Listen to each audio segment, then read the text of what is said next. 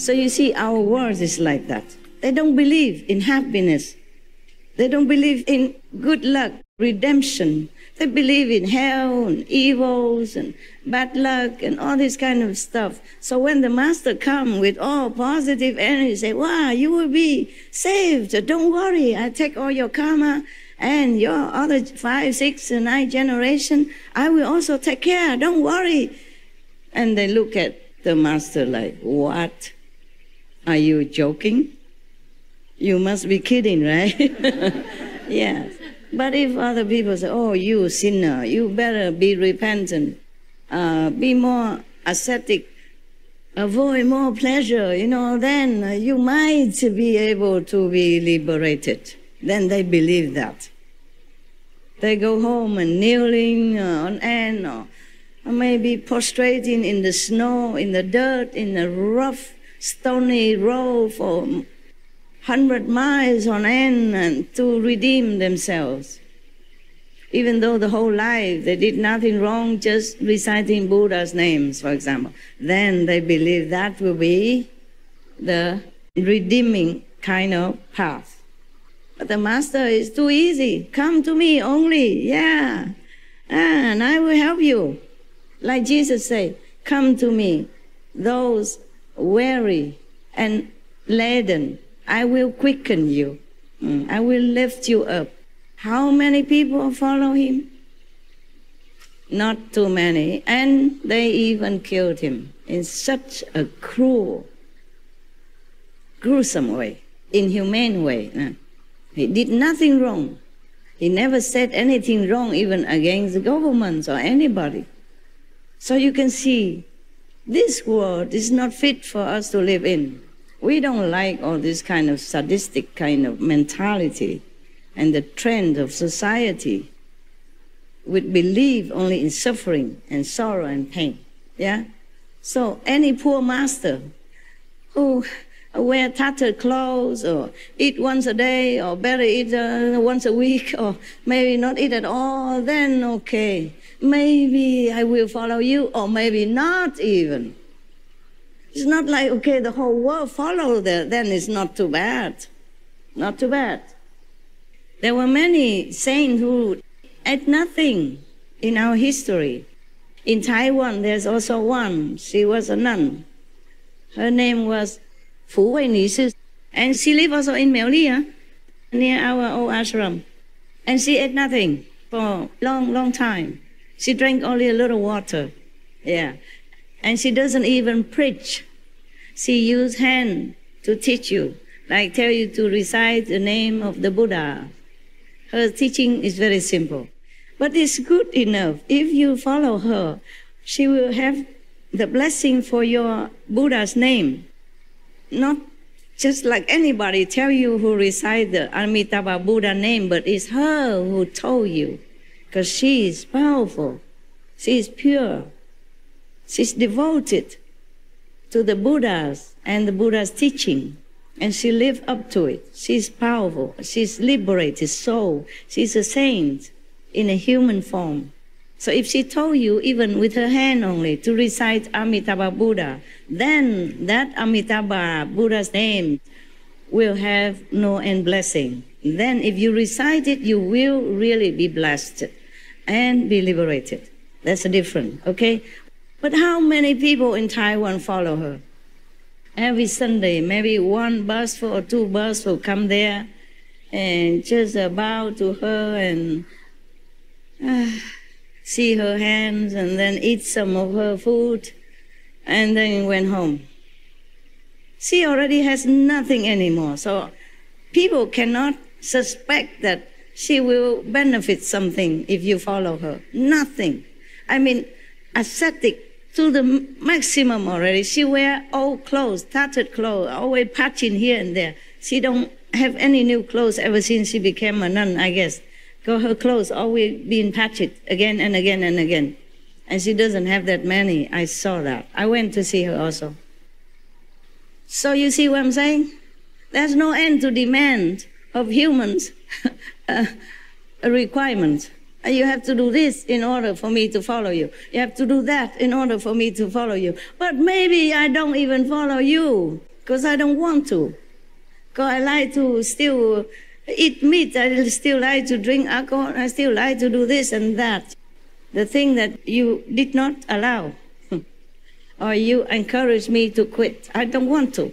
That is a problem. You see, humans, they ruin themselves, they spoil themselves, they do what they want even though they know that is bad. Some don't know, that's okay, excusable.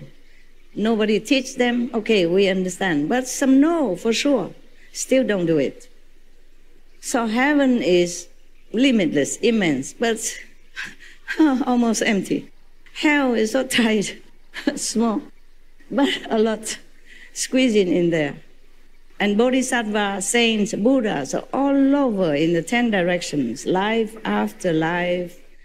They are helping to rescue humans and to lift them up. But still, life after life, we still have full of humans on this planet.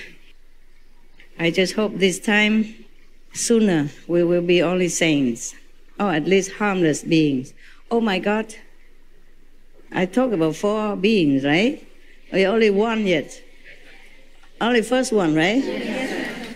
Yeah, you better stay until next week because, yeah, okay, never mind. So we talk about friends. Of course, friends include bodhisattvas and Buddhas and saintly beings. Good friend, huh? San Tzu Su, huh? Good, intelligent, wise friends, okay? If you have friends by your side, it's good for you. But mind you, friends doesn't always mean they always agree with you, even though it's right, okay? If something they have not known before, maybe they don't take. But that doesn't mean they are enemies, okay? Now, let's go, friend. Oh, sorry, I think I have no time for you today. We just let you take a rest.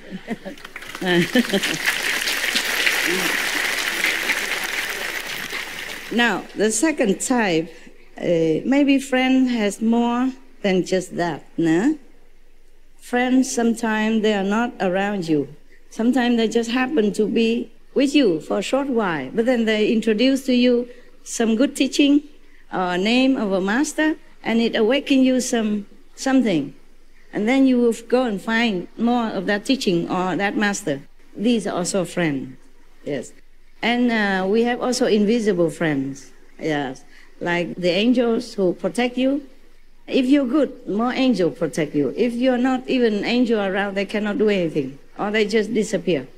They're not allowed to help you when you're not worthy. If you keep the 5 precepts alone, clearly, then okay, at least have 5 angels, okay?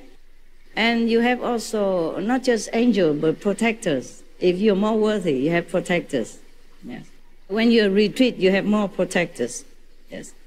When I am in retreat, I have more protectors.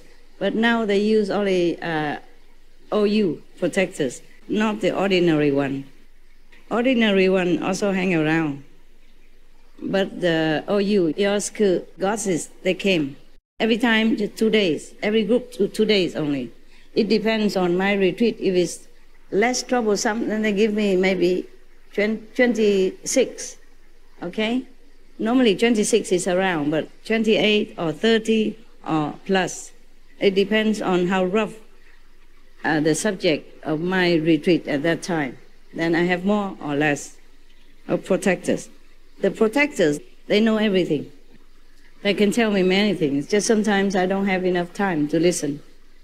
Too busy outside things. Yeah. Sometimes I know too late. Yeah. But it doesn't matter. I'm okay. Yeah. Should be okay.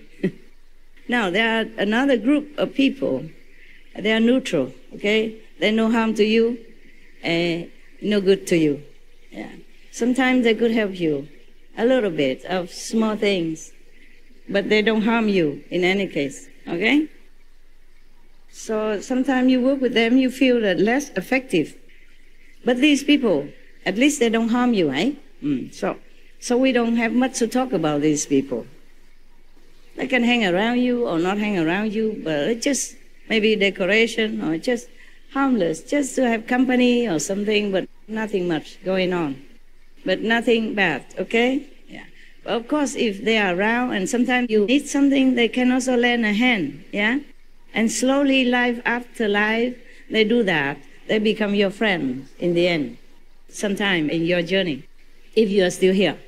If you're liberated, then of course not. And these people who help you will also help to be uplifted to some degree. Huh? So not much to talk about these neutral people. We call them neutral. And now we talk about enemies. Enemy has two types. Outside your circle, enemy, and inside your circle, enemy. We call secret enemies. Because these enemies you can't suspect. The enemy outside, of course, they do things very obviously against you or bad for you, yeah, or you don't get on well with them, you have often trouble understanding each other or working with each other. They could kaput some of your project, yeah, or your enthusiasm, your ideas and all that. Yeah, that's very obvious, and they not friendly to you. This is easier to deal with.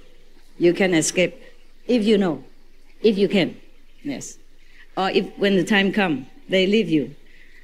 Secret enemy is more difficult. They are with you all the time. Either family members or workers together in your company, or your workmates, or your friends, so-called friends. They seem to be with you in a lot of things, harmless things, small things, which doesn't destroy you, which doesn't ruin you. But when it comes to some big thing, boom, then they turn against you very quick. And you have no time to even counteract. They may join your group or your company or your volunteer group even, and just looking like they're very, very, very diligent and very supportive. But no, they do things to harm you. They split the togetherness in your group by some words, some action, leading people go against you. But no one noticed, slowly, or big, yeah, or quickly. It depends on situation. And they also ruin your reputation, your name, your company, your business, your ideal, your faith. They make you even don't want to practice anymore. These are worst enemies. They could be your girlfriend, your wife, your husband, your boyfriend. Capish? Maybe they follow you in the same faith, look like. But in some way, visibly or invisibly, they slowly wear you out of your faith as well, by their own example, their own action, or their own argument. They make you lose your way. These are the worst enemies. They make you lose your faith. These are the worst enemies. Mostly they are secret enemies because they're with you. You trust them. That is the problem. If they're outsider or they just come and go, then okay, you hear that and you forget tomorrow. But if they're with you every day or often, then their influence are not to be overlooked. You must use your wisdom, your intelligence to discriminate between friends and enemies. Otherwise, your life will be in trouble. We have only one life here now that we know. Next life, we don't know. We don't know if we are still human, if we see a master or not, if we can practice or not, or if we have more family members obstructing us, more bad enemies obstructing us, or we will become animals, or some gods, or some fairy in heaven enjoying too much and don't want to practice anything.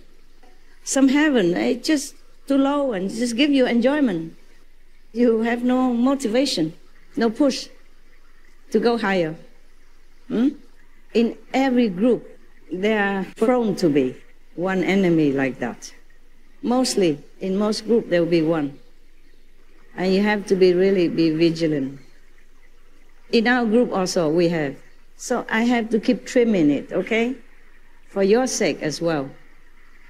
I will not abandon them if they don't do anything bad for others outside in the society.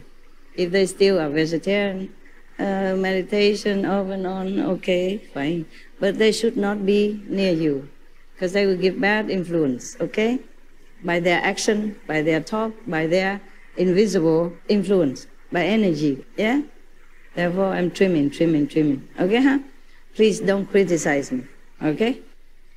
It's getting smoother now. I often talk now without any bad interruption recently, and I'm very grateful for that. And I'm also glad for you, okay?